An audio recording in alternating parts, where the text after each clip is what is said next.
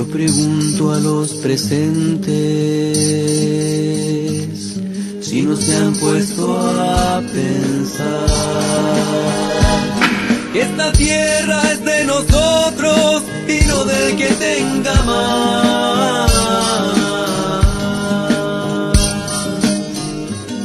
Yo pregunto si en la tierra nunca habrá pensado usted que si las manos son nuestras, es nuestro lo que nos dé. A desalambrar, que la tierra es nuestra, es tuya y de aquel, de Pedro y María, de Juan y José.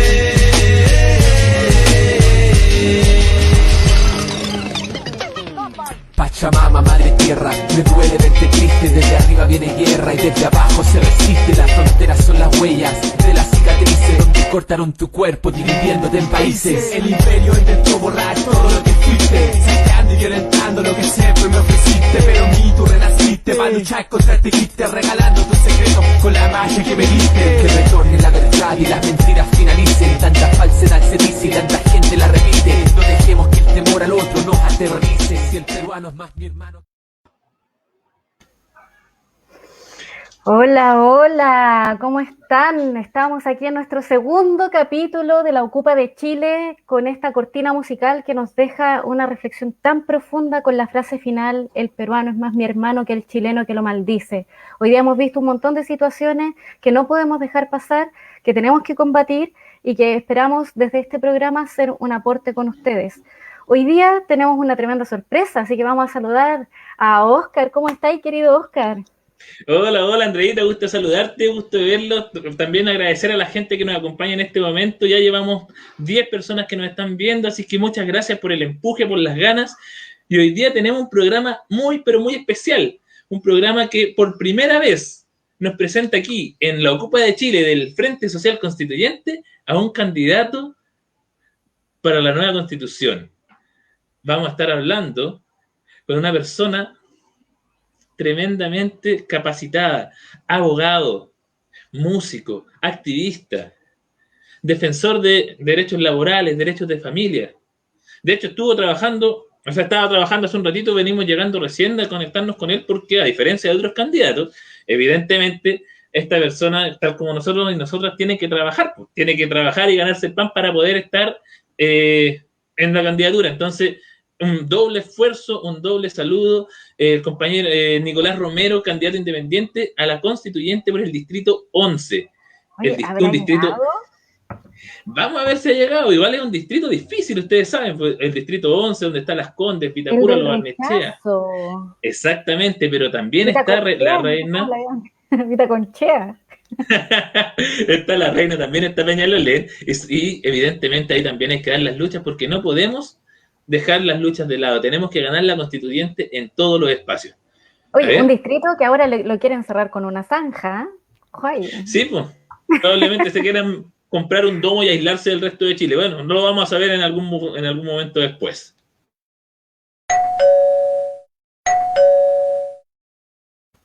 Parece que ya viene llegando Nicolás, así que lo vamos a hacer pasar a nuestra casa. Don Nicolás, qué agradable sorpresa tenerlo por acá. ¿Cómo están ustedes? Muchas bien, gracias, muy bien. Oye, estábamos comentando del distrito 11, que es un poco complicado tu distrito, ¿no? Sí, un poco complicado. Acá hay tres comunas que integran el distrito, son 3 de las 5 donde ganó el rechazo, junto a la Antártida y me parece que un municipio en el norte. Pero bueno, hay de todo, pues, como el dicho bíblico, hay de todo en la algo del Señor, no sé, hay de todo en la vida. Pues. Pero también es un distrito donde hay harta lucha, harta organización. Está Peñalolén, que es donde yo vivo. También hay un mundo organizado ahí en La Reina. Y a lo largo de la campaña nos hemos ido encontrando con varias asambleas en Las Condes y en el total del distrito ganó la prueba, así que se puede. Creemos que se puede. Vamos. Se puede, pues sí, obviamente que se puede. Estamos esperando que se logre porque tenemos toda la fe. Yo por lo menos te voy a hacer una infidencia, pues. Yo la verdad es que nunca en mi vida había conocido un candidato por quien yo hubiera votado. Nunca. Y nunca en mi vida ningún candidato ha escuchado las propuestas que tengo yo o las ideas que a mí se me ocurren. Entonces me encanta poder contar con gente como tú, Nicolás, que intente representar esos ideales. Le contamos a nuestra audiencia que, a Nicolás le pedimos una foto que fuera representativa, que le hiciera pasar cositas, que le recordara algunas cosas, y le vamos a presentar la foto que nos mandó. Y le vamos a ver a él también que nos cuente si en realidad esta es la foto. ¿Quiénes son estas personas tan lindas que aparecen ahí, Nico? Esos marcianitos, cabezones. Pero esta foto es muy antigua. No te estoy diciendo viejo, por si acaso. Bueno, ustedes ven este rostro hermoso, que se ve joven, pero yo tengo 36 años. Esa foto es del 89, si no me equivoco, por ahí. No, antes del 89, del 88, por ahí. Y yo soy el niño pantalones amarillos, y al lado mi hermano, el Sebastián. Que era, ahí vivíamos en La Reina, yo pasé buena parte de mi infancia y mi adolescencia ahí. Y ese en el frontis de la casa, antes de ir al jardín, Nido de Gaviotas, que era así una típica casa de 2 pisos, que era un jardín, y que ahora ya, no sé, una casa, ¿no? Y no sé, y me recuerda, ustedes me hablaron de la foto, y lo que me acordé de esta foto que me la habían pasado hace un poquito mi viejo, que es bueno, mi viejo sacaba diapositivas, ¿cachai? Es como de esa escuela, así, old school de las fotos, no como ahora que es como, hoy le mandé una foto al WhatsApp familiar, ¿cachai? Un meme, así, ¿cachai? No, pues ahí sacar fotos. Y me acuerdo que siempre, claro, como que tuve una relación con mi hermano, con el Sebastián, que es mi hermano mayor, que le mando un saludo. Ahí tiene 1 año y medio más que yo, nosotros somos 4 hombres. Y me he dado cuenta que me gusta hacer cosas con otra persona, me llevo bien. Y después uno se pregunta por qué pasa eso. Bueno, porque tuve un buen partner ahí, a mi hermano. Y también La Reina, tranquilo. Ahora La Reina está más urbanizada, está más grande, está más ruidosa, pero ahí era una comuna súper tranquila. Bueno, no sé, Sí. me trae tranquilidad esa foto. Qué interesante, Nico. Oye, pero mira, un niño de una comuna tranquila, de una infancia tranquilita, ¿cierto? Que ahora vive en Peñalolén, que se dedica a su pega, que se dedica al activismo. ¿Cómo pasaste de todo esto a ser constituyente? ¿Qué te motiva para ser constituyente hoy día? ¿Qué me motiva para ser constituyente? Chuta. Miren, yo vengo trabajando desde hace 4 años en temas de comunicación, lo que llamamos comunicación política, comunicación militante. Soy editor de un medio que se llama Revista de Frente. Para quienes no lo conocen, es www.revistadefrente.cl. Y lo que me pasó tuvo igual que ver con mi trayectoria personal. Yo he estado hace, no sé, 20 años vinculado a organizaciones sociales o políticas. En general no he militado en partido. Pero sí organizaciones territoriales, no sé.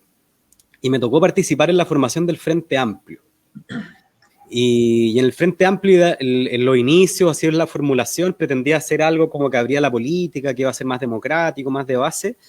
Y me tocó ver a mucha gente que yo conocía, que milité con ellos mucho tiempo, que un día para otro se fueron en toda la lógica de la concertación, así de los cupos, de la disputa por el poder. Como eso de que el poder seduce y cambia a las personas es real, y me tocó verlo, y fue súper doloroso, fue una decepción bien grande. Y después de eso me fui al tema de la comunicación política y un poco construir medios, que lo que hacen también ustedes, es muy gratificante porque no estáis en la pelea chica, sino que estáis construyendo un escenario donde hay muchas voces que pueden aparecer. Y en nuestra trayectoria, bueno, nosotros y nosotras como Revista de Frente hemos puesto un énfasis en el análisis de Chile, pero desde la región. Entonces yo estuve en Venezuela, a mí no me cuentan lo que pasa en Venezuela, yo estuve 1 mes allá. Cuando Piñera se separó en la frontera de Colombia con Venezuela, en Cúcuta, y llamó no solo a invadir Venezuela, sino que llamó a los venezolanos a que se vinieran a Chile. Y ahora la misma derecha que va en la lista con los de Piñera, el señor Kast, dice que hay que hacer una zanja para que no puedan pasar, pero si ellos los invitaron, o sea, el doble discurso, no sé. Pero bueno, el tema de los medios, y ahí nos fuimos dando cuenta y esto se aceleró con la revuelta, con la rebelión popular, pero algo que ya venía ocurriendo, el auge de los medios alternativos, y no por nada durante la revuelta pudimos cercar a los grandes medios. Por mucho que ellos tenían todo el poder, como pueblo lo logramos cercar. ¿Se acuerdan los primeros días que fuimos a rodear los canales?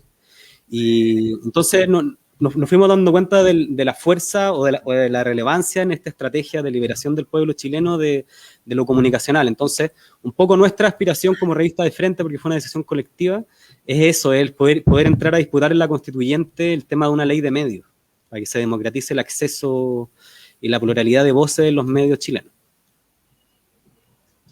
Oye, qué interesante. Po. Sí, súper buena. Ojalá que más gente se motive y que la gente se motive a votar por los candidatos independientes. Ya basta de estar soportando a quienes nos una y otra vez nos atacan.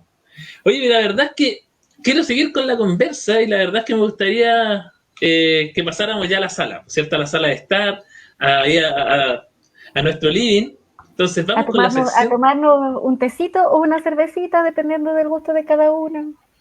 Yo estoy así que me tomo un tecito. Muy bien. Eso. Entonces nos vamos al marihuana. Living. Marihuana, nada más. Está bien. Nos vamos al living entonces.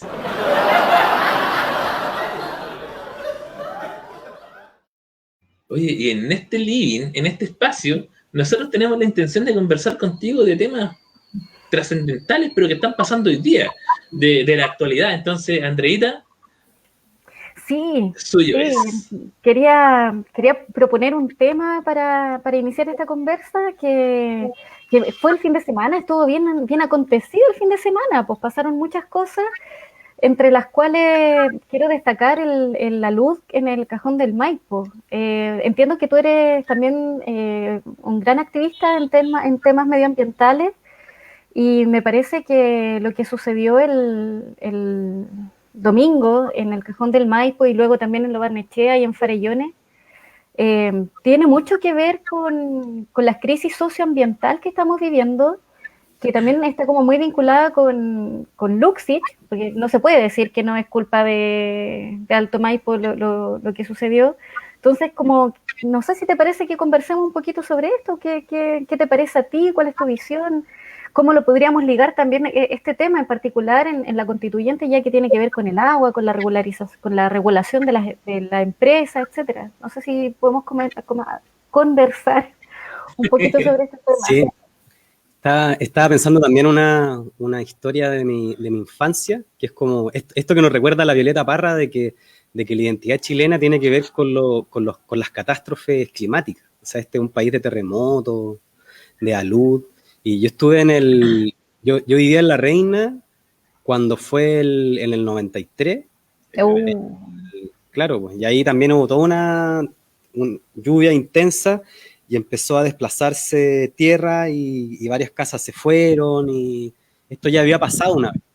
Y ya en esos años se hablaba ya había un discurso ambientalista. Recuerden que no sé si en el 93 o 94 un candidato ambientalista, Magnif, que es un economista bien connotado, y él fue candidato presidencial y sacó, no sé, un 8%, un 9%, y ahí ya se hablaba de cómo había un proceso de expansión urbana que estaba destruyendo la precordillera. Si un poco lo que pasa es que se cruzan dos fenómenos. O sea, está el fenómeno de la Niña, que tiene que ver al parecer con el cambio climático, con el calentamiento global, y que no es primera vez que ocurre, pero eso se cruza con un proceso de expansión de la ciudad, que en el distrito en el cual yo busco representar se vive de manera muy intensa, porque acá hay precordillera en todas las comunas del distrito, en Peñalolén, donde se está dando una pelea por detener la construcción de un proyecto inmobiliario ABC1 que está talando bosque nativo. Yo vivo en acá el Panulo, ¿no?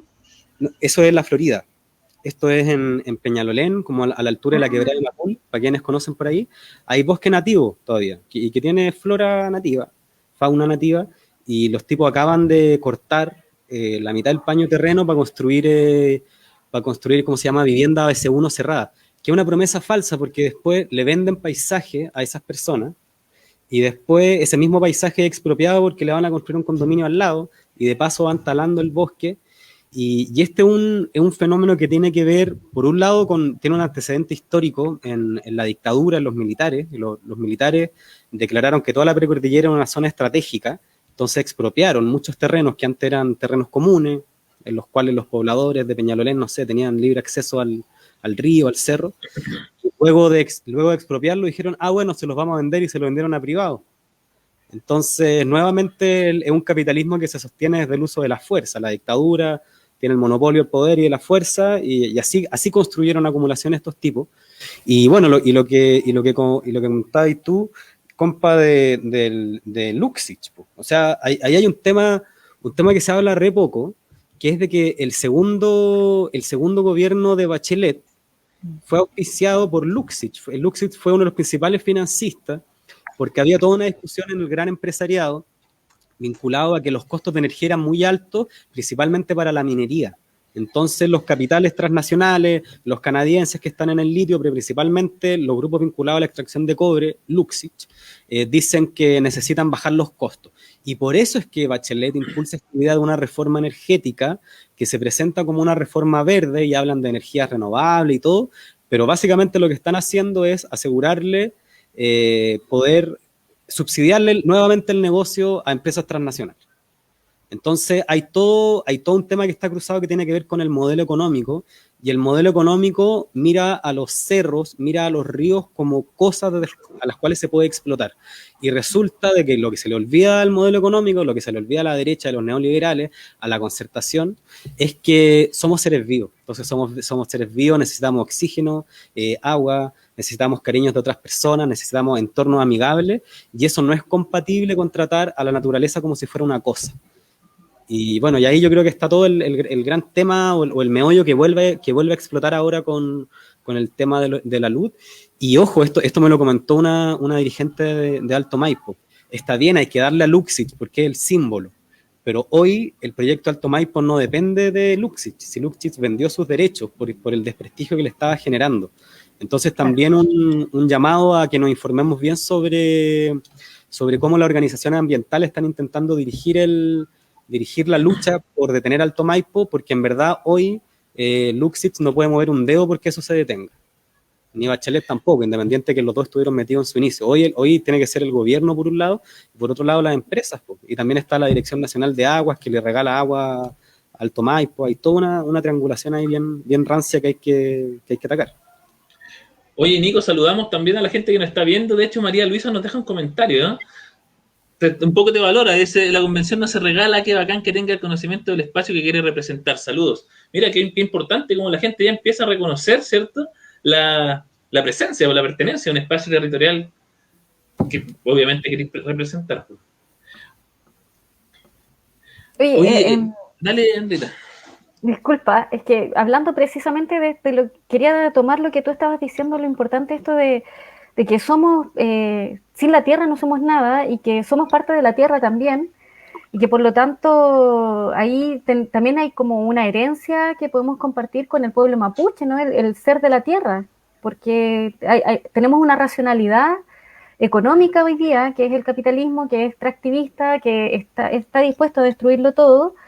Pero por otro lado también desde la resistencia está esta identidad del cuidado de la tierra, desde la casa de la señora de las plantas hasta a los más activistas. O sea, hay una tradición ahí que yo creo que está muy latente y que vamos a rescatar, y se vincula un poco también con el segundo tema que queríamos abordar, ¿no, Oscar? Pero claro que sí, porque además de lo que está pasando en el alud, le mandamos un saludo a las personas de allá de San José de Maipo que están pasando mal, pues.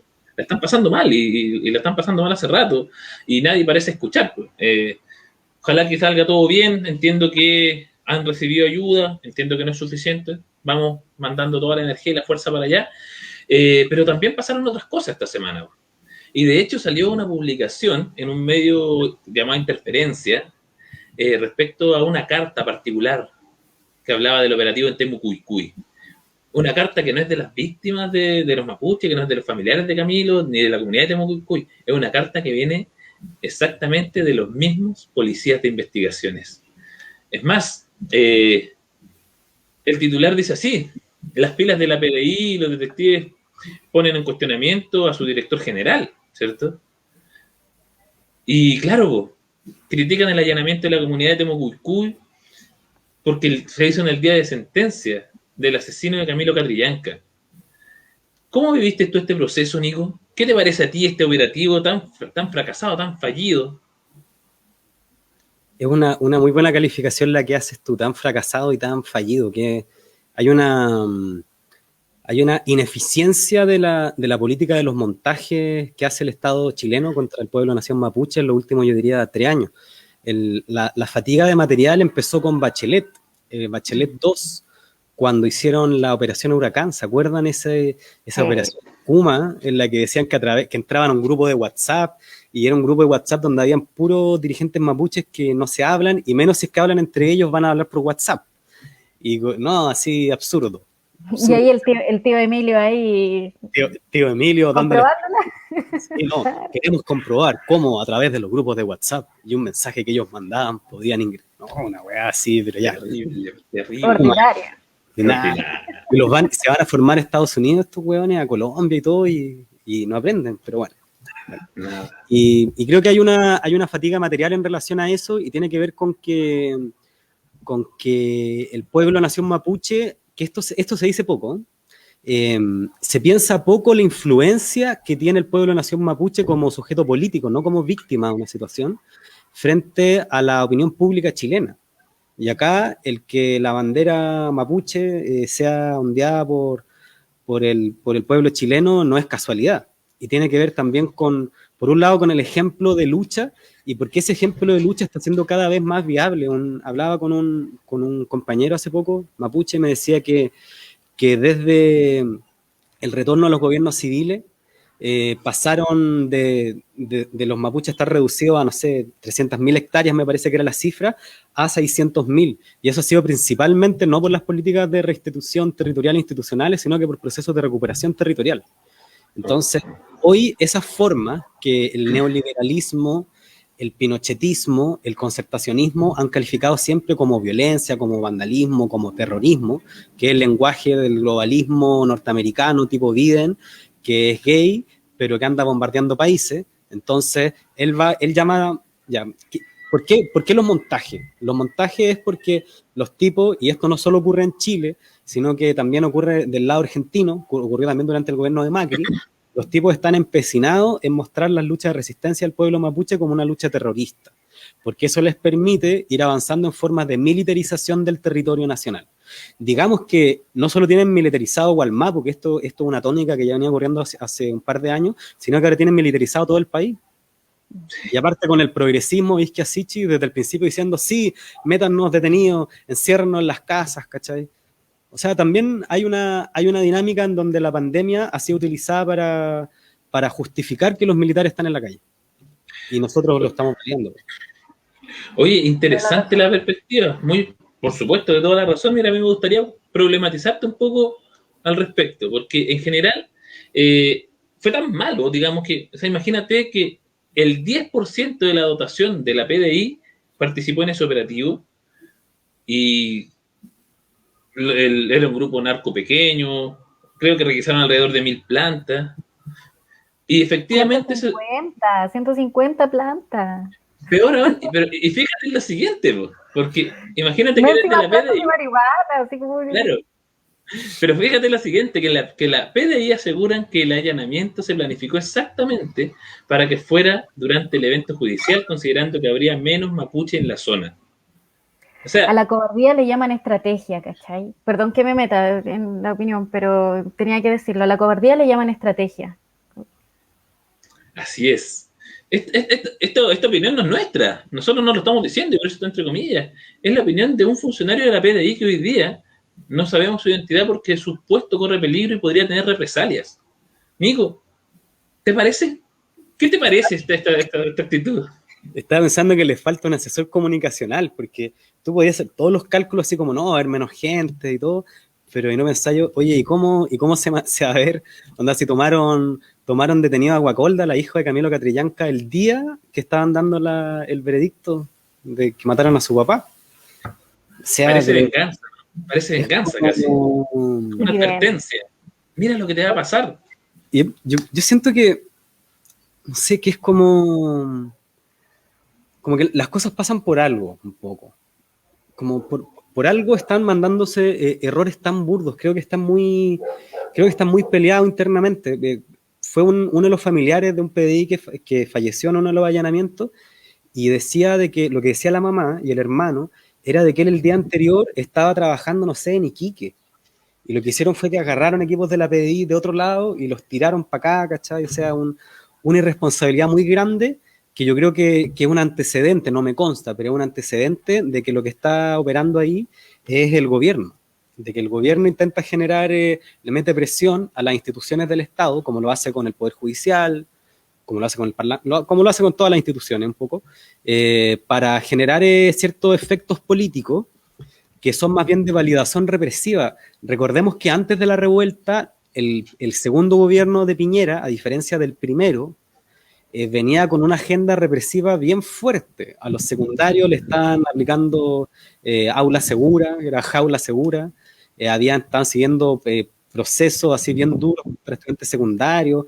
Hay varios antecedentes, bueno, había pasado lo del asesinato de Camilo Catrillanca también, y también estaban, acuérdense que esto también incluía a la alcaldesa Leitao acá de la Democracia Cristiana, hicieron un plebiscito estos tipos, puros alcaldes de derecha, Lavín y otros más, diciendo de que si la gente estaba o no de acuerdo con que hubiese un toque de queda para los niños menores de 18 años.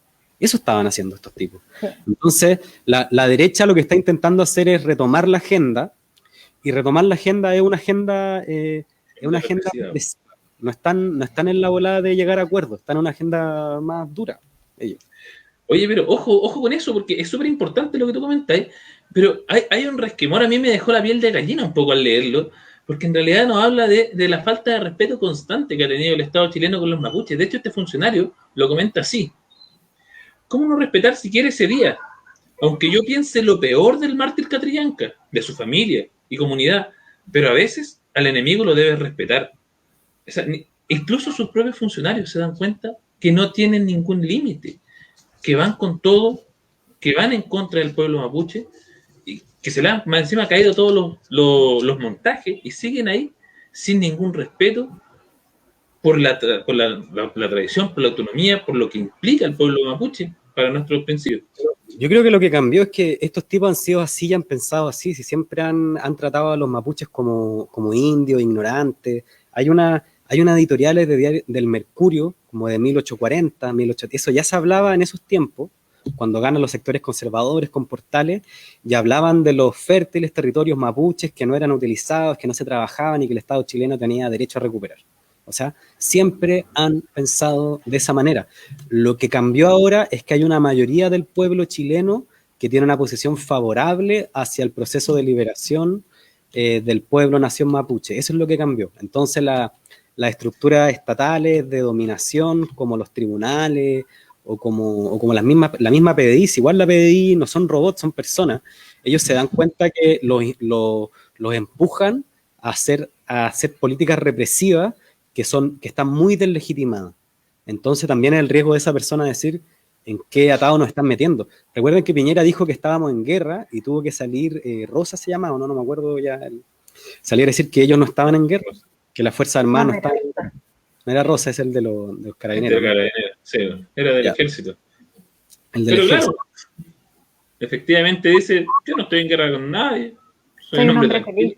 Es porque le está crujiendo antes los que eran valores sólidos durante los tiempos de la concertación, hoy son valores muy débiles y que están siendo impugnados muy fuertemente. Entonces, acá hay muchos políticos que saben que en una situación en donde esto se les va de las manos y hay una asamblea constituyente, hay varios que van a tener que pagar con juicios políticos.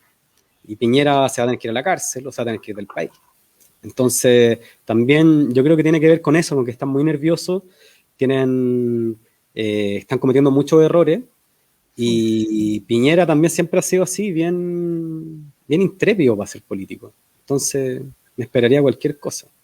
Igual lo que está sucediendo ahí con las Fuerzas Armadas, con la PDI, con Carabineros, en general con todas las fuerzas de orden represivo, es bien curioso porque en algún momento para el estallido, de hecho para el gran acuerdo, ¿cierto? El pseudo acuerdo, se pensaba que los militares podían hacer un golpe de Estado, pero finalmente no sucedió.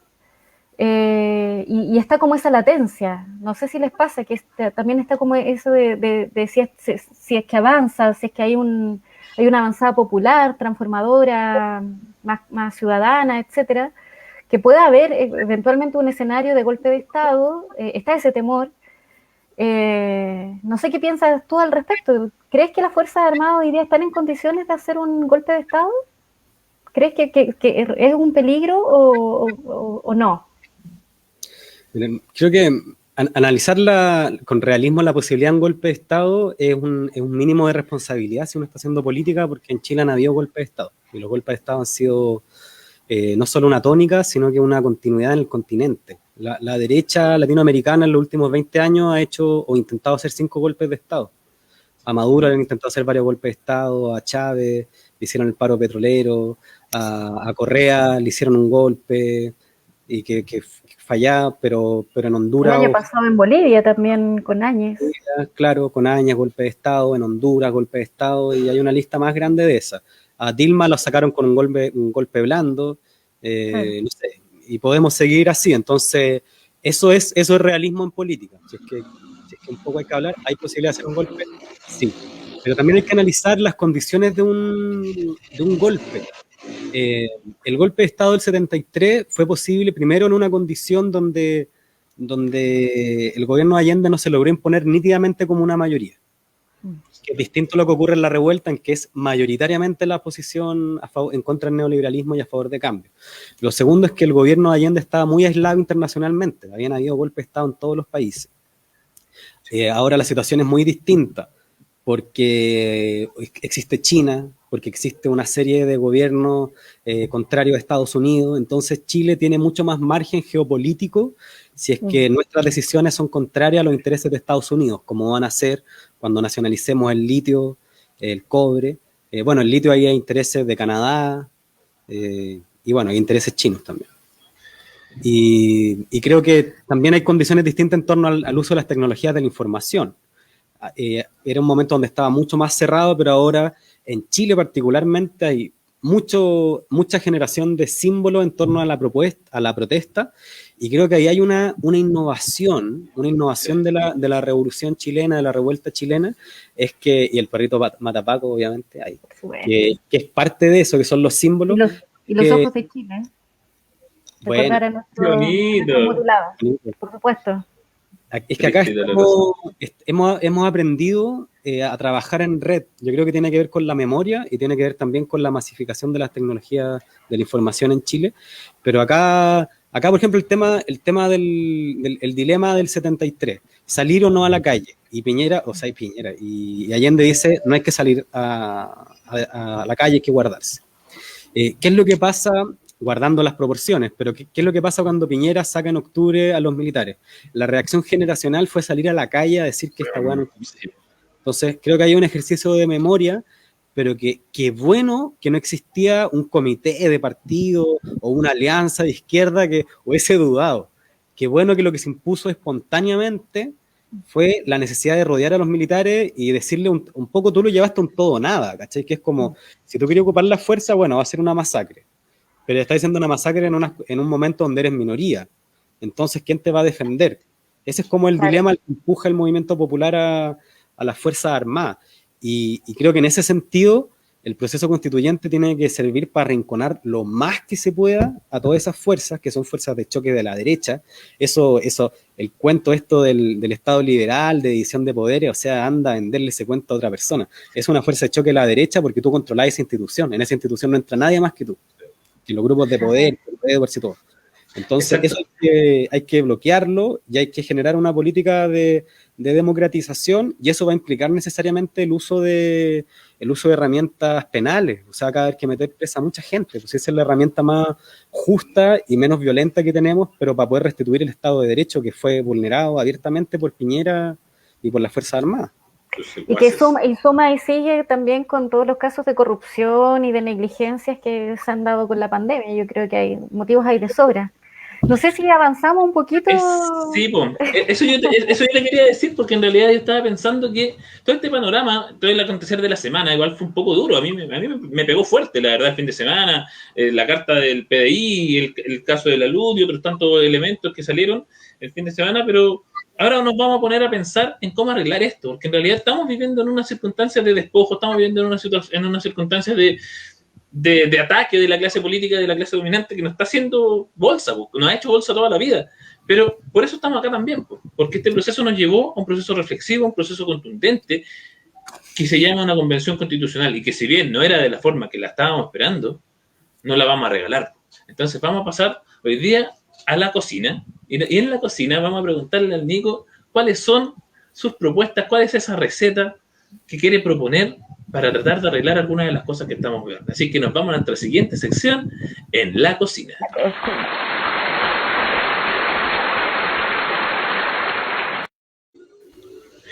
Y para entrar en el plano de la cocina, nuestra querida Andrea le tiene una pregunta ahí a Nicolás.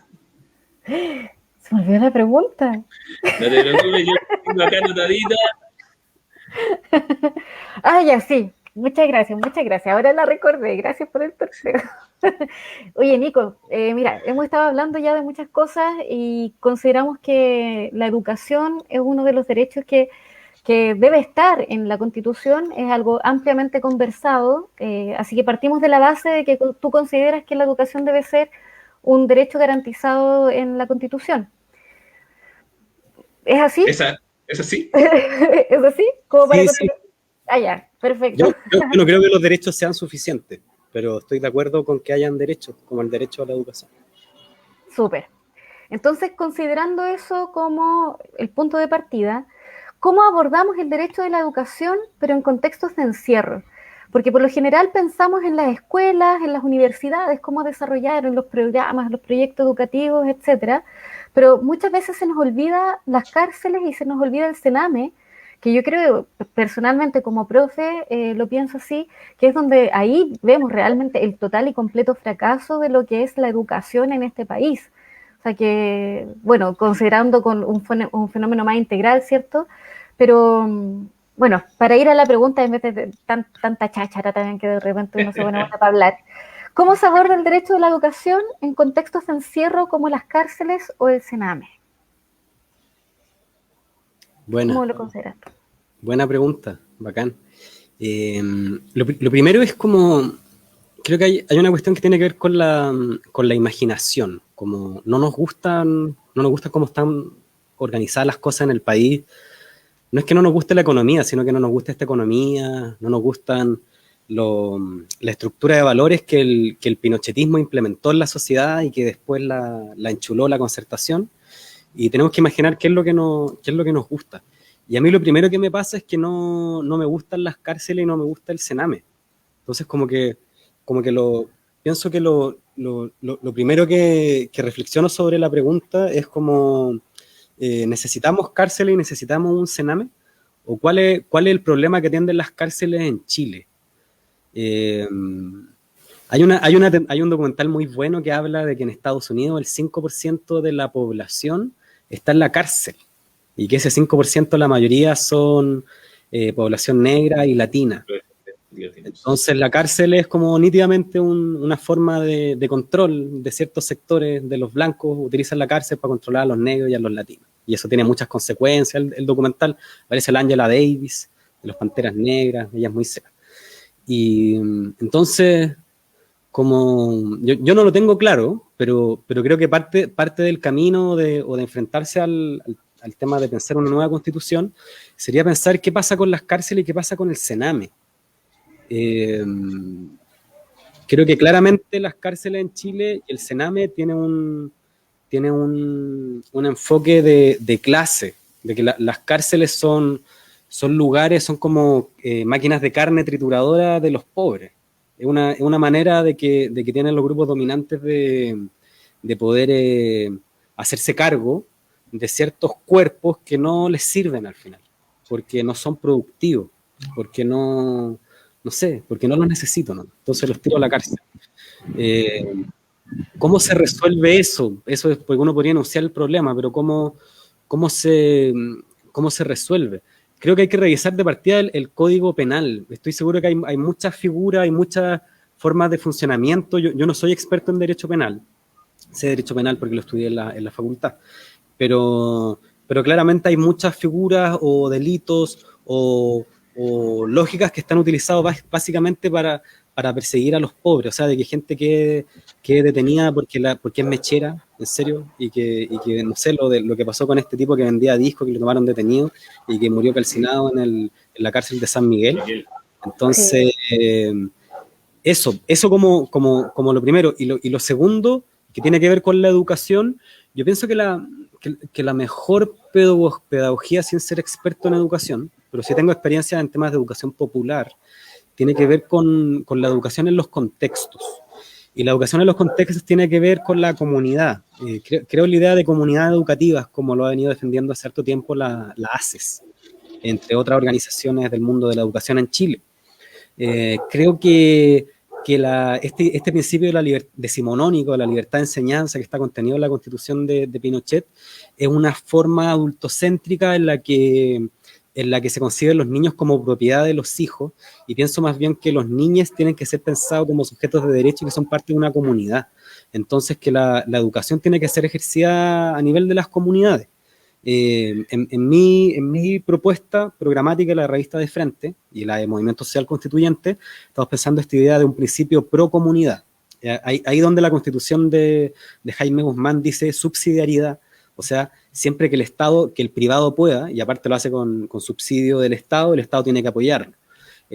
Nosotros diríamos, donde la comunidad pueda y quiera, donde la comunidad tenga la capacidad de levantar un colegio, una sala cuna, una universidad.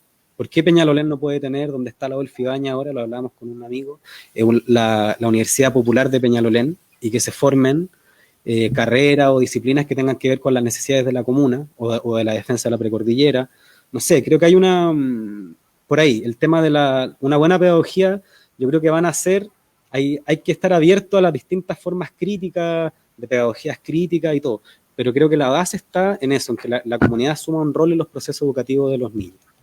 Fundamental, pues si la educación no es contextual, en poco y nada lo que te va a hacer sentido, y después de que no te hace sentido, poco y nada lo que te va a servir en la vida, pues.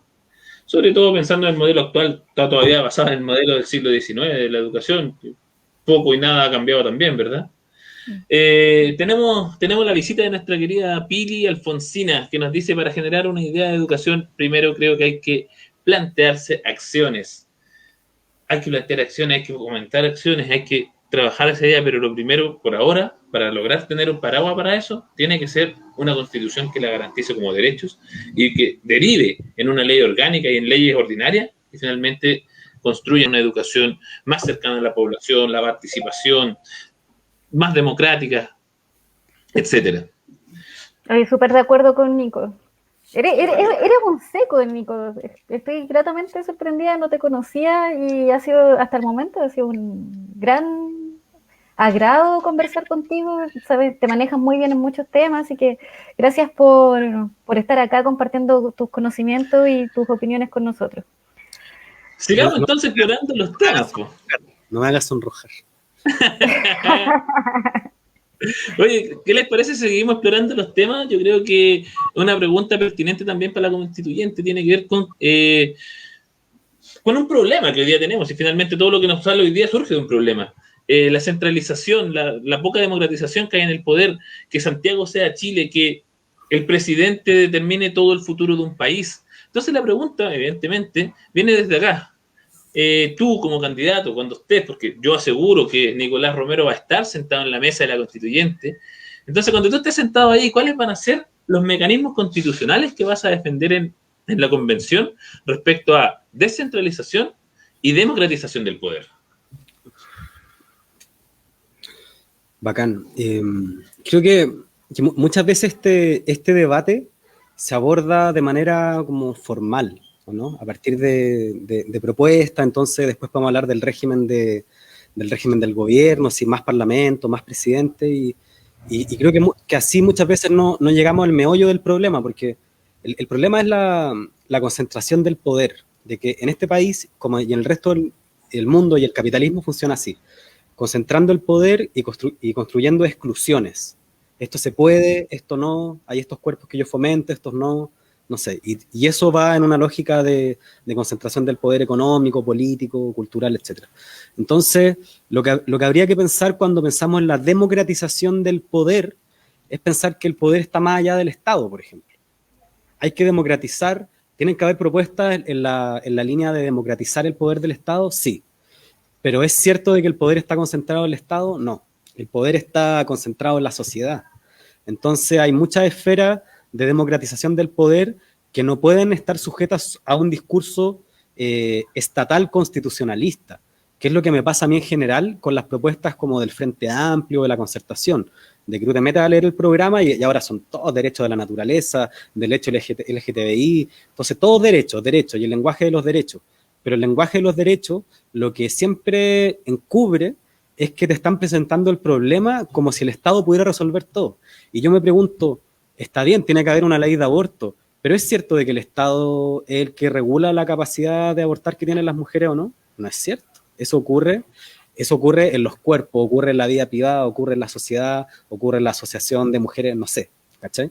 Pero ocurre ahí, entonces, haciendo esa salvedad, democratizar el poder del Estado, una forma de democratización del poder del Estado es entregándole más poder a la comunidad, poder real. Por eso yo les hablaba del principio pro comunidad.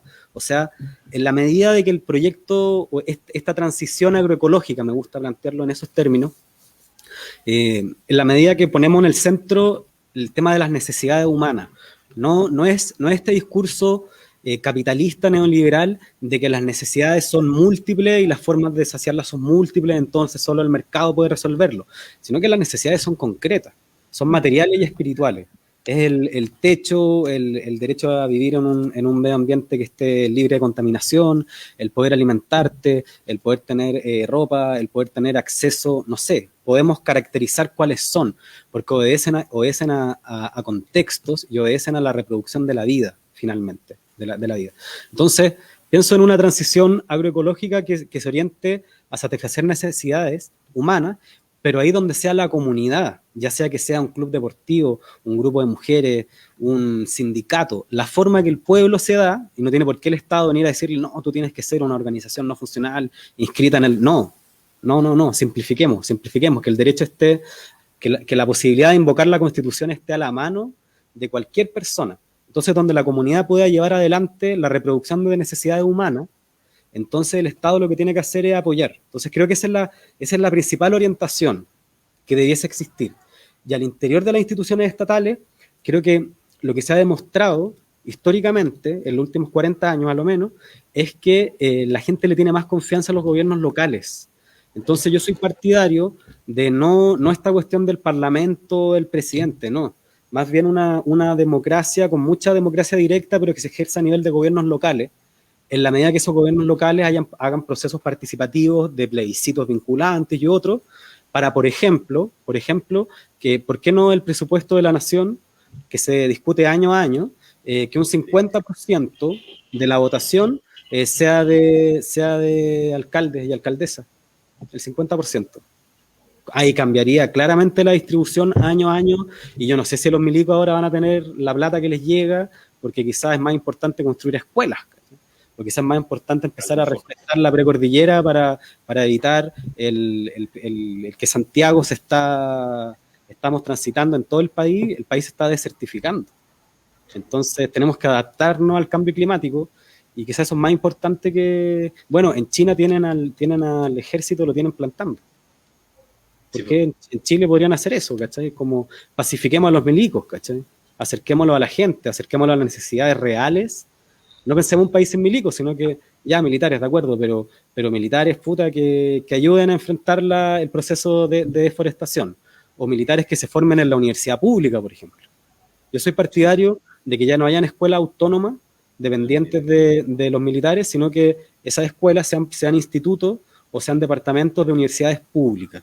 Entonces, que haya un control social a partir de instituciones sociales en las cuales tenemos confianza, como las universidades públicas, sobre cómo se forman y cuál es la doctrina militar en la cual se forman nuestras Fuerzas Armadas, por ejemplo. Oye, hay dos ideas ideas y propuestas súper concretas y súper claras respecto de la democratización del poder, porque una tiene que ver con lo que decías tú de los gobiernos locales y la participación de la comunidad, que me parece, compartimos completamente la visión. El Estado es la gente finalmente, no es ni la institucionalidad ni nada, sino que el Estado lo hace la gente. muy de acuerdo con eso. Y lo otro, que de las Fuerzas Armadas, creo que también es un tema que está y que se debe poner en tabla también, porque lo que dices tú, o sea, si no democratizamos las Fuerzas Armadas, y si no hay una vinculación directa, tampoco va a haber una ética, no va a haber una convivencia, un sentido. Así que ahí, ojo para quienes nos están viendo y quienes voten en el Distrito 11, consideren lo que nos está contando Nico, que son aspectos que son sumamente concretos, claros, porque disculpen ahí que meta un poco la cuchara, pero nos falta ahí cuando estáis discutiendo con los fascistas, perdón, con los fachos, que te dicen, ya, pero a ver, ¿y cuál es tu propuesta? ¿Cuál es tu propuesta, po? O el Vidal, no sé si lo han visto de repente en discusiones al Francisco Vidal y siempre decía, ya, pero ¿qué propones tú? ¿Qué propones tú?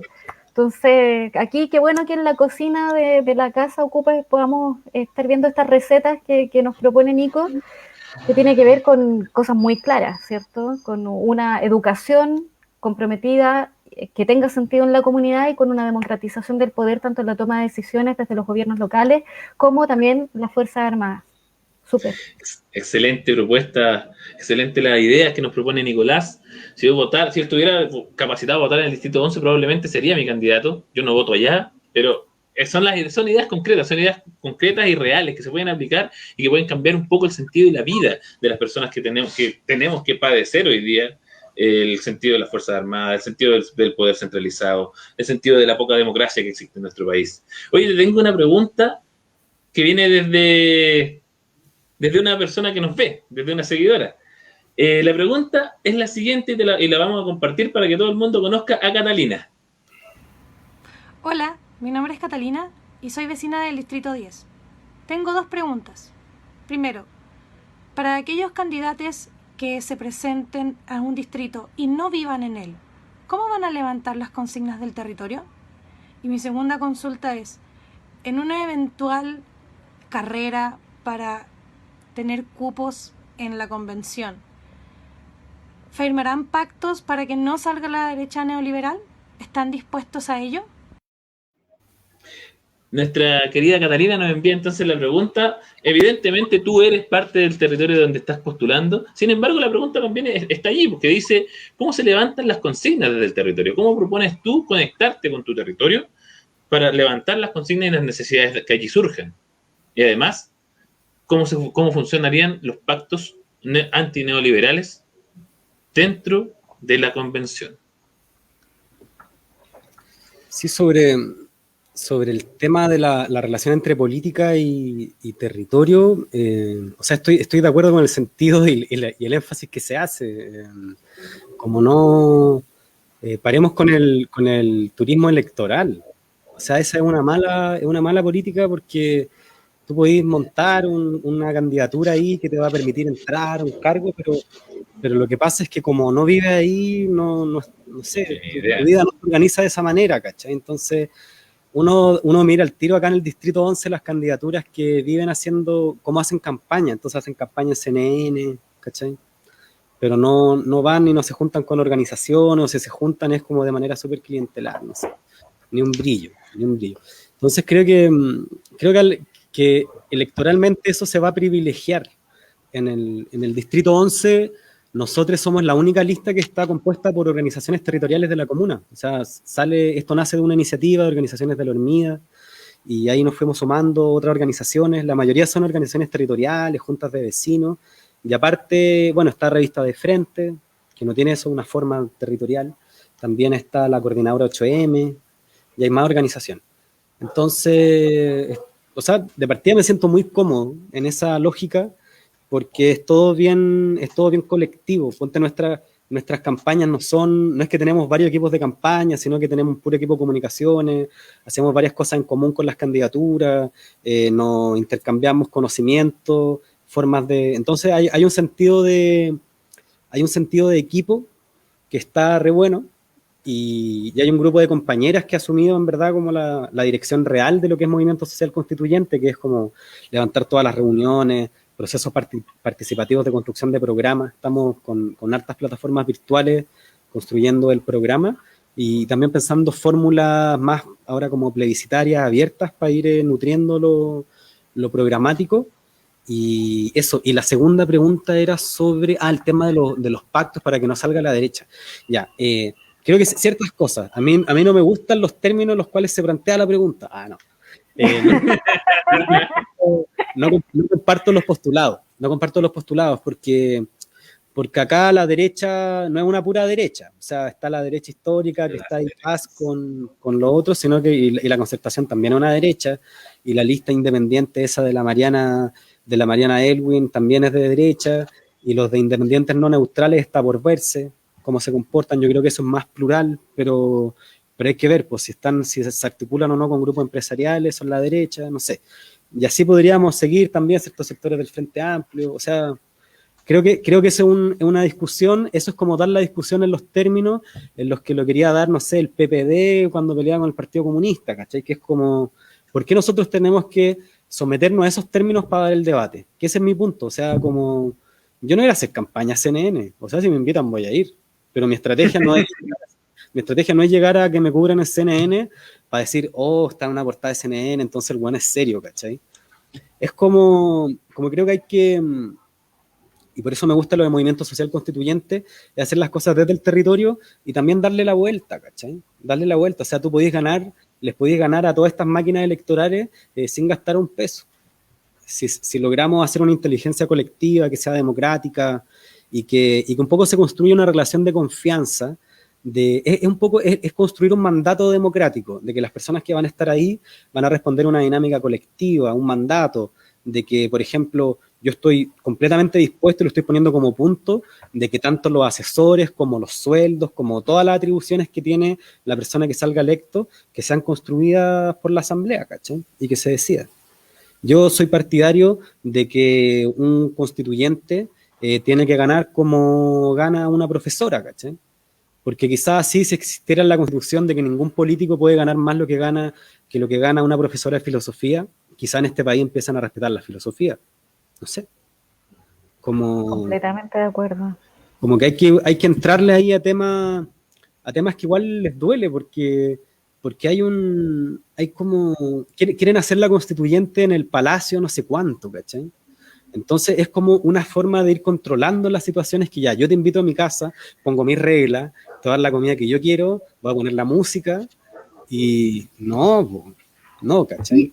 Oye, Nico, pero igual yo voy a insistir un poco en esta pregunta porque me parece que es importante visualizar el escenario al menos, suponiendo que en la elección no va, en la convención misma, el porcentaje de personas elegidas no van a ser todas de la lista del pueblo, no van a ser todas de los movimientos sociales, sino que van a haber sectores de Revolución Democrática, de Convergencia Social, Partido Humanista, Partido Comunista, etcétera, etcétera. Va a llegar hasta el Partido Republicano probablemente. O sea, si sale la Teresa Marinovich del 10... Entonces, vamos a enfrentar la situación al final. Claro, entonces, por eso, esa es la pregunta, o sea, ya así como al grano, así como, ¿con quién estarían dispuestos o estarías dispuestos a negociar o qué es lo que estás dispuesto a negociar para la convención? Es que insisto en que la manera, no solo los objetivos a los que uno quiere llegar, sino que la manera en la que se hacen las cosas en política es determinante. Entonces, yo no creo que la manera de enfrentar la constituyente, al igual que esto de los partidos, de que, oye, ¿cómo vamos a tener una democracia sin partidos? Y no sé, todo este discurso de mucha gente de izquierda que, los independientes son todos fachos. ¿Qué weá? Onda que Pinochet era pro-independiente. Chao. Como que en concreto lo que se está expresando es una crítica a la manera en la que la izquierda o los partidos hacen la política. Entonces también la manera de hacer política en la convención creo que tiene que ser distinta. No en esta cuestión del Frente Amplio, de la nueva política, que somos todos limpios, no en ese sentido, sino que en el sentido de cómo jugar las cartas. Yo soy de la idea de que lo determinante acá no es si es que nosotros llegamos o no a un acuerdo con RD. A mí me da lo mismo, yo estoy dispuesto a llegar a este acuerdos con la UDI, si esto es política. El tema es qué acuerdo y en qué contexto. Claro. Creo que hay que ser maximalista. Es de poder poner un horizonte de principios constitucionales que lo que haga sea contrastar dos modelos que sean nítidamente distintos. Esa es también mi crítica al progresismo, al Frente Amplio, a la Concertación, que se suben estos discursos de los derechos, entonces están de acuerdo en los derechos de todo, pero en verdad no hablan de nada. Entonces, ahora estamos todos de acuerdo con el Estado plurinacional, pero hablemos de cosas más candentes, como fin o no a la industria forestal en Chile, fin o no al subsidio que recibe la industria forestal en Chile. Por ejemplo, hablemos de restitución territorial, al pueblo mapuche para el ejercicio de control territorial. Hablemos de eso. Entonces, nos podemos quedar en los temas generales, entonces todos somos ahora defensores de los animales, pero voy a decir algo que les va a molestar a todos, pero seguimos comiendo carne. Yo soy vegano, entonces a mí me preguntan así como, ¿qué crees tú? Yo sería partidario, por ejemplo, para llegar a un equilibrio en todo esto y no ser fanático, que en Chile se debería prohibir la producción industrial de carne, y lo que se debería fomentar es una producción a pequeña y mediana escala de carne que generaría una industria nacional, generaría empleo y sabríamos que estamos comiendo y no dependeríamos de carne que no sabemos cómo se produce. Por ejemplo, sería partidario de que la Junaed entrega 1 millón de raciones diarias de lunes a viernes de comida y esto me lo contaba un amigo que produce alimentos sanos, libres, transgénicos, ahí en el Maule, y me decía que claro, que lo que hacían era postulaban esta cuestión, es como le ponían un valor al menú, entonces postulaba una empresa que podía dar tantas raciones, pero como el valor era tan bajo, en verdad estos grupos nunca, o alguien que produce alimentos sanos, que tiene un valor mayor porque tiene más trabajo, nunca podía postular, y siempre los que quedaban eran los que, claro, daban raciones, pero con arroz de Vietnam, ¿cachai? Entonces, ¿qué están comiendo esos niños? Caca, ¿cachai? Y la mayoría de esas raciones después se bota porque son malas, entonces se podrían ocupar las palancas del Estado para fomentar autonomía alimentaria, producción de alimentación sana y no fomentar la industria de la carne. Una cosa, yo creo que y en esto, por eso digo que es polémico, una cosa es decir, ya, no, se tiene que seguir produciendo carne, de acuerdo, pero ¿bajo qué condiciones se produce la carne? Porque finalmente no solo te lo estás comiendo tú, se lo está comiendo tu hijo, se lo están comiendo los niños, y esto genera también un problema de salud, que tiene ambiental gigante. Y ambiental, y después es un problema de toda la sociedad, porque se tiene que destinar caleta de plata en cubrir enfermedades que son generadas por problemas de alimentación. Entonces, estos son temas de soberanía alimentaria. A Venezuela le están haciendo una guerra económica, y parte de la guerra económica, igual que le hicieron al gobierno de la Unidad Popular, es que te hacen una guerra con los suministros de alimentos. Entonces, si tú produces alimento para ti y estás más preocupado de producir paltas para venderla en Europa, entonces nos van a pegar el medio golazo, ¿cachai? Entonces, eso también es estratégico para lo que se viene. Sí, y precisamente ahí un comentario, no puedo dejar de mencionarlo porque la Unión Europea está con los ojos bien puestos en nuestro proceso constituyente, precisamente por eso, porque tienen el temor que estas ideas como la que tú estás planteando de una racionalidad económica distinta, un modelo de producción y de consumo distinto, que cambia radicalmente nuestra forma de vida y nuestra economía también, nuestros puestos de trabajo, etcétera, vayan a perjudicar los intereses extranjeros precisamente porque la industria de la exportación tendría que disminuir o ya desaparecer, dice llanamente. O sea, ¿para qué sacar lo mismo? O sea, ¿para qué sacar los paltos si puede haber una producción nacional de eso y no agotas el recurso? Las salmoneras, las forestales, las mineras, o sea, en todo... Es extrapolable lo que tú planteas con respecto de la industria de la carne y la soberanía alimentaria. Súper. Yo creo que es un tema de escalas también. Es como una economía interna de producción de alimentación sana no tiende necesariamente al crecimiento, sino que más bien tiende a la producción en relación a los ciclos para cubrir necesidades. ¿Qué necesidad? Lo de la población chilena y residente en Chile.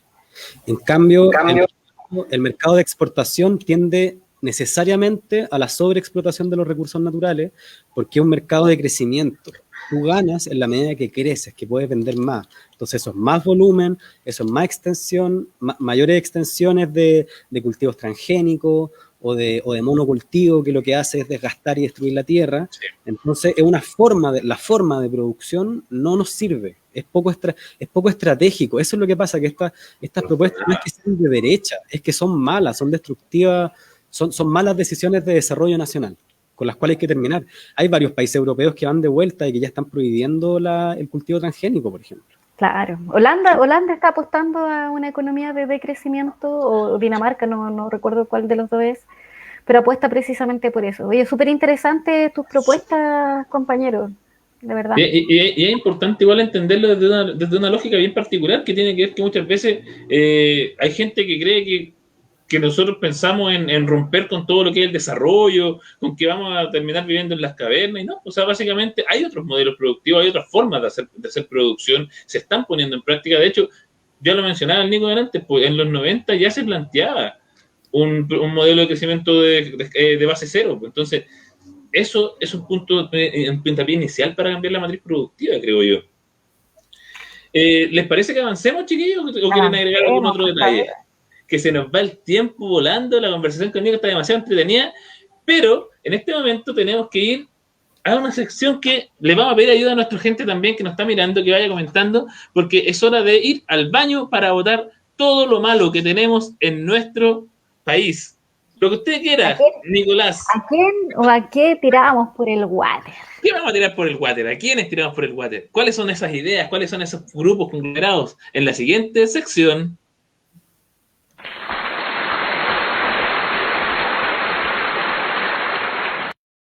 Entonces, Nico, si te tuviéramos que preguntar hoy día, concretamente, ¿a quién, qué aspectos de la sociedad, de la política, de cualquier cosa que pase en Chile, tú tirarías por el water para que no esté nunca más? ¿Qué haríais en ese caso? También invitamos a nuestra gente que nos está viendo a comentarnos también por la transmisión para ver a quién o a qué tirarían por el water ustedes. Adelante, Nico. No, a mí los que ya me tienen verdes con la weá, es como los expertos en derecho constitucional del Partido Liberal, experto en derecho constitucional, no sé, de un partido de la Concertación o de derecha, y que vienen a decirnos como, no, es que esto no se puede debatir en la Constitución.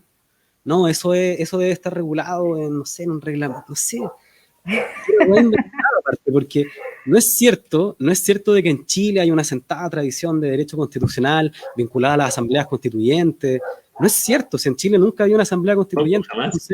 Entonces está bien, hay conocimiento, pero a mí me parece más interesante gente que hace derecho constitucional, pero mirando la situación latinoamericana y que han analizado miren, acá tengo la Constitución de Ecuador, que es la primera constitución del mundo que incorpora el derecho a la naturaleza. O sea, existe. Esta misma Constitución establece que en el artículo 5 que el Ecuador es un territorio de paz y no se permitirá el establecimiento de bases militares extranjeras, como las que existen en Chile, el Fuerte Aguayo. O sea, Estados Unidos tiene bases extranjeras en Chile, por ejemplo, y una Constitución te permite regular eso. Entonces creo que hay mucha mitología que están instalando.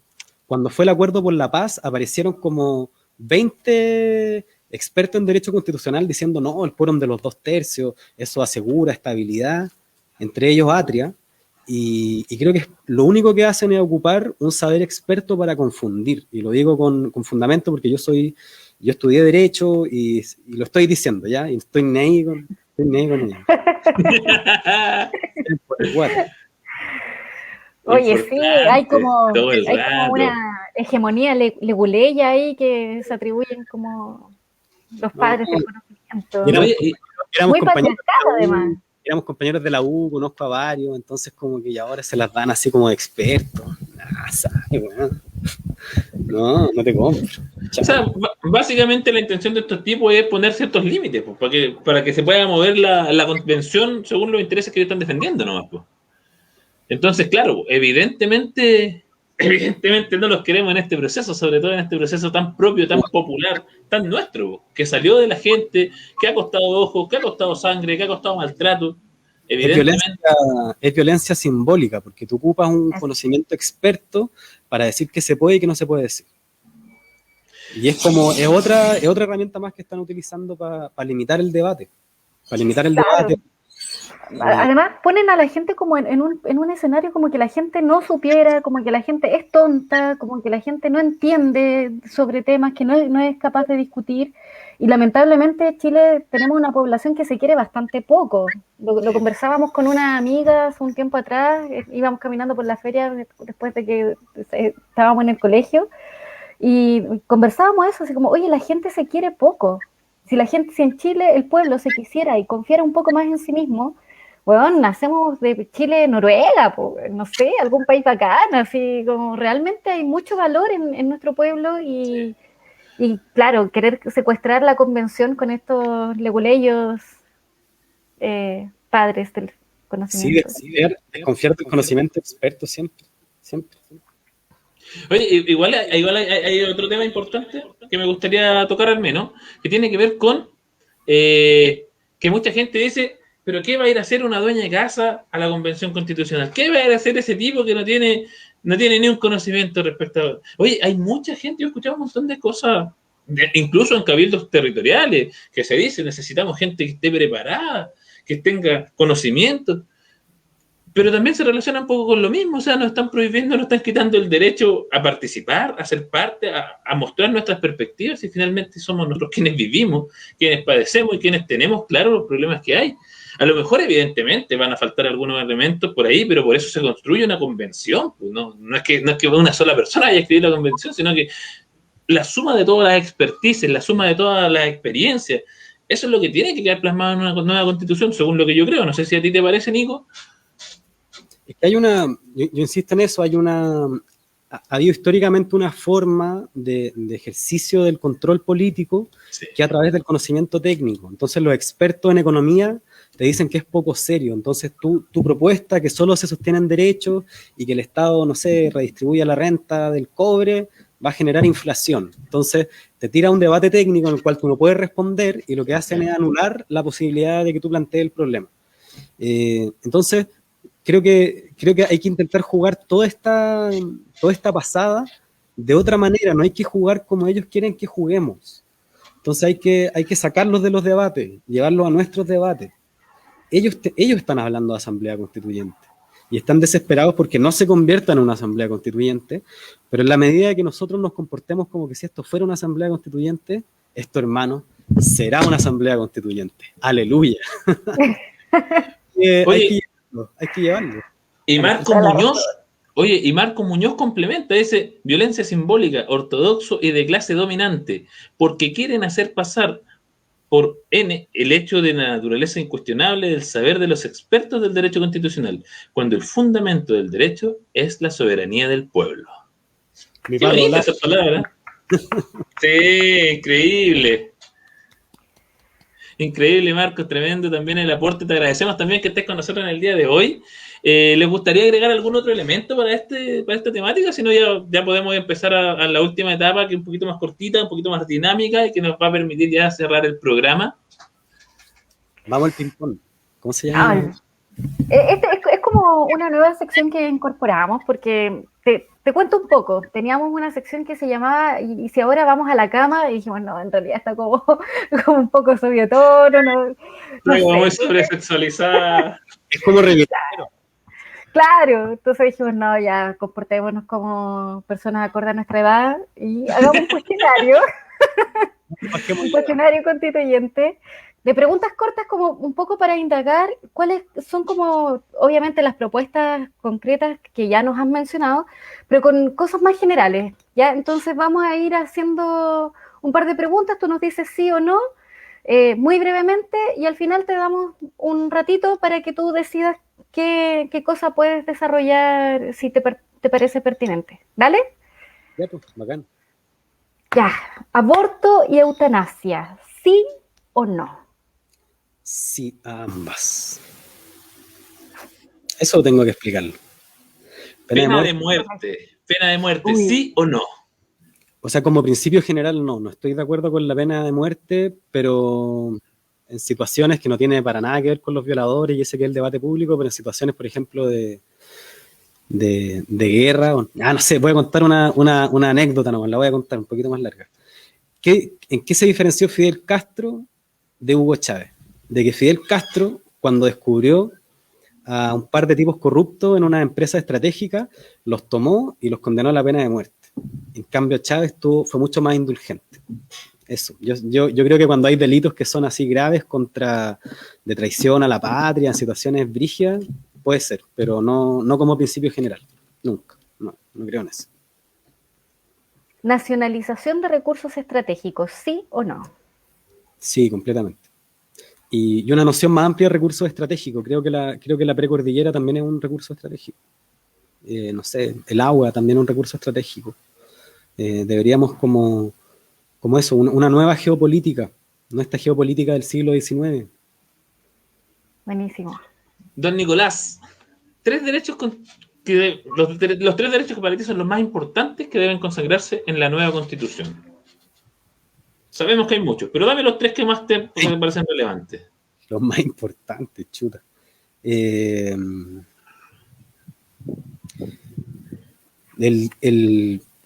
que la Constitución tiene que reconocer constitucionalmente y tiene que quedar así escrito, pero en piedra, no solo la autonomía, sino que el derecho a la independencia y a la autonomía del pueblo de nación mapuche, que hay una deuda histórica y que eso tiene que estar sí o sí. Y expresado de esa manera, no como plurinacionalidad, porque la plurinacionalidad supone de que los mapuches quieran ingresar al Estado chileno. El Estado chileno lo ha sacado a la mierda todo este tiempo, no sé. Creo que eso es algo que lo tienen que decidir ellos, no tiene que ser una imposición. Y bueno, eso, derechos de la naturaleza, porque tenemos una deuda con la madre tierra, en especial en estos últimos 40 años, que ha sido de saqueo, de zonas de sacrificio, de infectar los mares, todo, y también tiene derecho a descansar, o sea, hay muchas actividades productivas que tienen que terminarse, como la pesca de arrastre, que entiendo hubo un avance ahora en el Parlamento, que se aprobó una ley, Sí. Pero también, no sé, todas esas normativas que sancionen a las inmobiliarias que andan quemando terrenos, bosque nativo muchas veces, para después construir, o sea, eso es crucial también. Y un tercer derecho que sea clave, no sabría cómo desarrollarlo, pero creo que hay una deuda con la infancia, así muy, muy brutal en Chile. Eso tiene que estar sí o sí en la nueva Constitución. Excelente. Buenísimo. Nico, tipo de Estado. ¿Cómo debería ser el Estado de Chile? Miren, a mí me gusta la Constitución venezolana, contempla un poder nuevo que se llama así como el poder comunal se llama. Y el poder comunal significa, hay toda una estructura como para la sociedad civil que es paralela al Estado y que tiene que ver un poco con lo que yo les comentaba con el principio pro comunidad, de poder fomentar la participación de las organizaciones directamente. Y a mí me tocó conocer en Venezuela comunas, y son organizaciones territoriales que producen alimentos, todo un tema así muy, muy genial. Entonces yo pienso en un Estado que en ese sentido sea débil frente a la sociedad civil, que la sociedad civil tenga una alta capacidad de expansión en las tareas que es capaz de abordar, en la medida que las quiera desarrollar y que las pueda sostener. Prefiero que se equivoque la población intentando levantar un colegio a que se equivoque el Estado, o peor, que lucre el privado. Entonces, ¿dónde está el enfoque? El peso de nuestra propuesta está en eso, en la comunidad como centro. Y lo otro, creo que igual va a haber Estado, y ese Estado tiene que estar muy expuesto al control, al escrutinio, y ahí el tema de la democracia directa, un Estado donde hay una democracia no solo representativa, sino que una democracia participativa, donde se puede ejercer la democracia directa, donde se vota mucho, donde los planes reguladores comunales y el plan regulador metropolitano se decide a partir de formas de democracia directa, donde los jueces de la alta magistratura se eligen, como en Bolivia, ¿no? Democratizar la toma de decisiones radicalmente.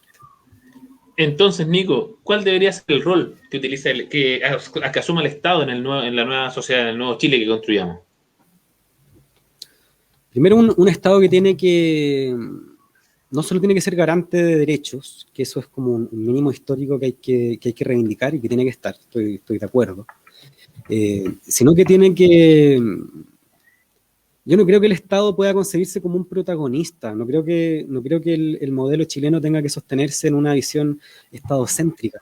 Creo que la derecha dice que el resto es estadocéntrica, pero la derecha es la más estadocéntrica, si el capitalismo chileno se sostiene del Estado, de la privatización de los servicios públicos, de que les financian las forestales, de que están subsidiados los negocios de las industrias del cobre, y así suma y sigue, son súper dependientes del Estado, y este es un capitalismo financiero que ha sido históricamente y mercantil dependiente del Estado. Entonces ellos son ultraestatistas y creo que también el progresismo en general es ultraestatista. Todo este discurso de Bachelet, ONU, los derechos, el enfoque de género, las políticas públicas, puro estatismo. O sea, siguen poniendo el foco en las instituciones del Estado y no solo de los Estados, sino de que los funcionarios públicos, ¿no? Una visión muy reducida de cómo son las cosas.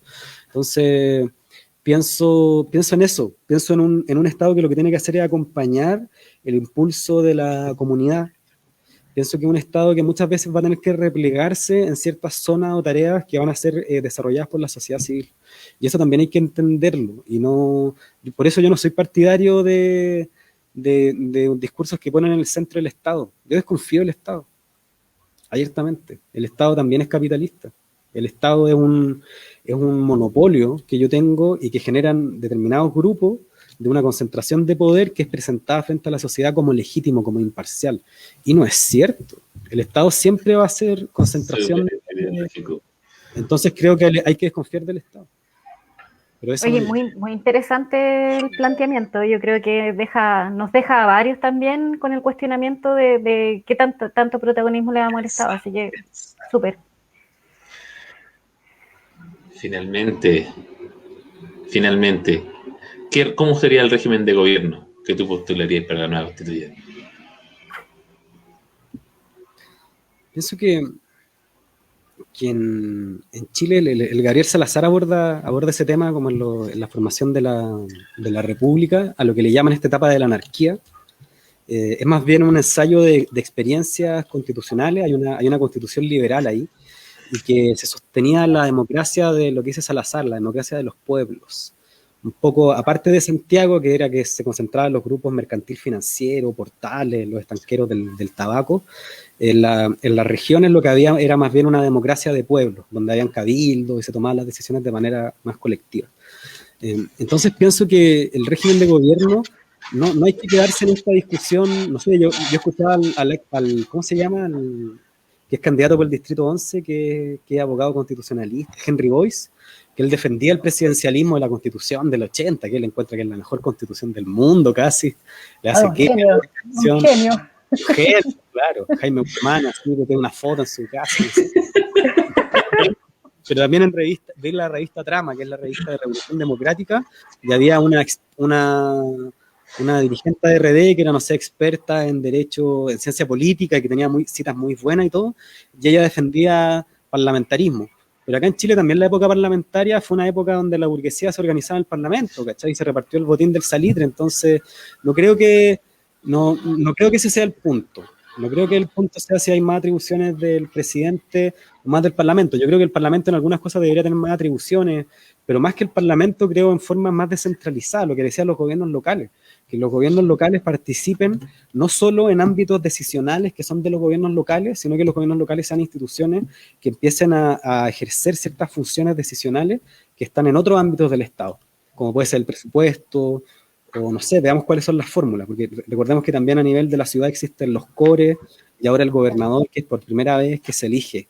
Entonces también hay estructuras intermedias que quizás habría que concentrar más atribuciones ahí para buscar formas más descentralizadas del ejercicio del poder y menos favorable a la concentración del poder, más dispersa.